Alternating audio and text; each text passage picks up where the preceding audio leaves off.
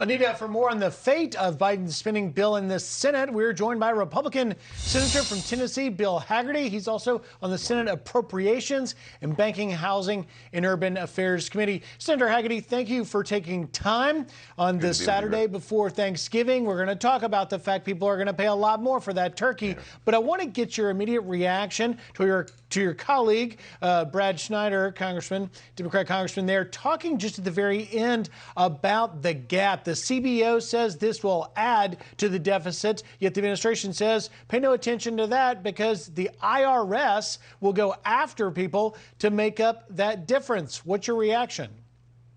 I think America's had enough of the government invading their lives. You know, the Biden administration wants to have access to every American's bank account.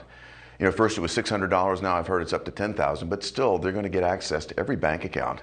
Then they're going to sick the IRS on us. They're going to increase the IRS's budget eightfold and attack Americans. We're going to be under constant audit. That's the Democrat way to pay for this. But you see this right on the back of the so-called infrastructure bill that was over $250 billion short.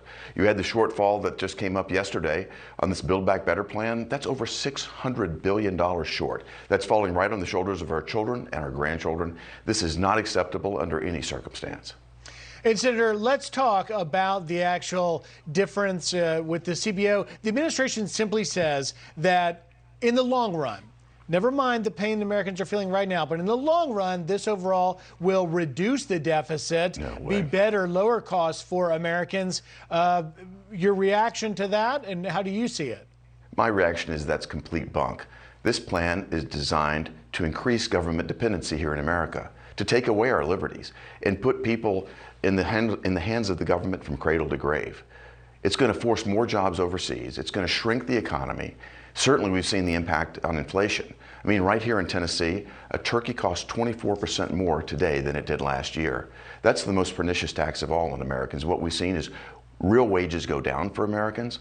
We're in a lot of pain right now, and the last thing we need to do is federalize more. In fact, I had a nominee in front of me in the banking committee just this week.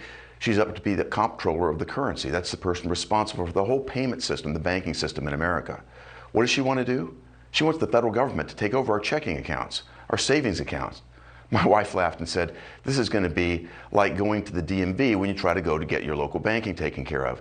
Everyone knows when the government takes control of something, the costs go up, the efficiency goes down. This is not what we need, and certainly not at a time when we've got inflation spiraling through the roof. Now, do all of your Republican colleagues in the Senate feel that way? This is all about the math, as our Capitol Hill correspondent Chad Pergram always schools us. Is there any chance that any Republican could support this?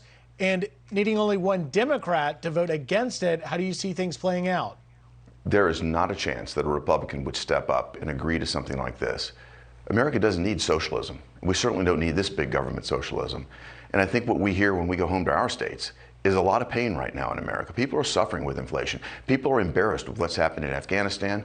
There's a massive national security crisis at our southern border. The American public does not want to hand over the economy to the government. And I hope that some of my colleagues on the Democrat side will see and hear that same message. From what you're hearing behind the scenes, Senator Manchin, Senator Sinema, any chance that they're leaning in that direction? I think there's a very good chance that that could happen. I mean, they're from states that are just like mine, where people are hurting. You know, I can't imagine that in Senator Manchin's state, he likes the aspects of this program that would absolutely kill the fossil fuel industry. I mean, we've seen what's happened with gas prices here in America. People commute in Tennessee. They do in West Virginia and Arizona as well. This is painful to Americans, and I don't think they're gonna hear anything different than I'm hearing right now. I hope that one or more of them will step up and say no more. It will be interesting to see how it all plays out. Senator Bill Hagerty, have a happy Thanksgiving. Thanks for taking time today. Same to you. Thanks so much.